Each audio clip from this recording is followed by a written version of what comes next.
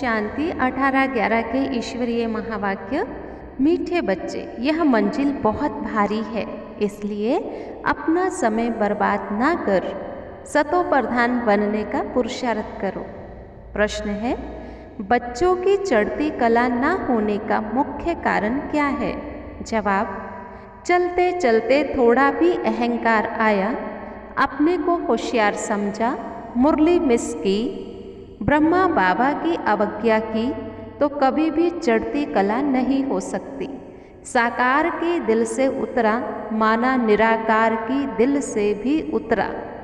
गीत है लाख जमाने वाले। ओम शांति। आज की मेन पॉइंट्स हैं। बाबा रोज़ रोज़ हमें भिन्न भिन्न पॉइंट समझाते हैं। बाबा कहते बच्चे निश्चय बुद्धि बनो, संशय बुद्धि नहीं बनना है। बाबा कहे बच्चे कोई भी तुम्हें उल्टी पुल्टी बातें सुनाता है तो भी तुम निश्चय बुद्धि होकर के रहो। बुद्धिवान जो होगा वो इशारे से ही इन बातों को समझ जाएगा। बाबा कहता देखो बच्चे, सतयुग की स्थापना होती है, इसलिए माया तुम्हें घड़ी घड़ी बाबा की याद भुला देती है। अब बाबा को याद करे तो ही तो सतो प्रधान बने, तो ही सतयुग में जा सके। याद की यात्रा में रहने में ही माया बिगड़ डालती है। और बाबा एक बात बार बार कहते हैं, बच्चे अपना चार्ट रखो। मुश्किल कोई 2-4 लिखते हैं, बाकी तो धंधे धोरी में सारा दिन पड़े रहते हैं, अनेक प्रकार के विघ्नों में ही रहते हैं। बाबा कहते सतो प्रधान बनो, अपना चार्ट रखो, मुझे याद करो, बाकी ये भिन्न भिन्न विघ्न तो आएंगे ही। सबको बाबा का पैगाम दो, खुद मन मनाभव हो करके रहो। बाबा ने कहा देखो अपने साथ मेहनत करो। समझाने वाले भी नंबरवार हैं, लेकिन तुम्हारी बुद्धि में ये रहना चाहिए हम बेहद बाबा की सर्विस कर रहे हैं, हम खुदाई खिदमतगार हैं। फिर बाबा कहे मीठे बच्चे, अब आप एक बात जानते हो कि ये नॉलेज हमें स्वयं शिव बाबा दे रहा है, तो इस नॉलेज की शुरुआत स्वयं से करनी है। चैरिटी बिगन्स एट होम कहा जाता है। बाबा ने कहा मुख्य मुख्य चित्र से बनाने चाहिए। ये चित्र 12 फुट की दीवार का चाहिए। बड़े बड़े चित्र होंगे ना तो दूर से ही देख करके बाबा ने कहा समझ जाएंगे। बाबा बाकी गरीब निवास है। बाबा कहता है कई बच्चे अपने को होशियार समझते हैं, ऐसे होशियार नहीं समझना है। बाबा जो पढ़ाते हैं वो बड़े प्यार से सुनना है। तुम तो प्यादों से भी प्यादा हो। अगर बाबा कहते बार बार हार खा लेते हो, वर्थ नॉट पैनी बन जाते हो। अब हमें कोड़ी तुल्य नहीं बनना है, हम हीरे तुल्य बनने आए हैं।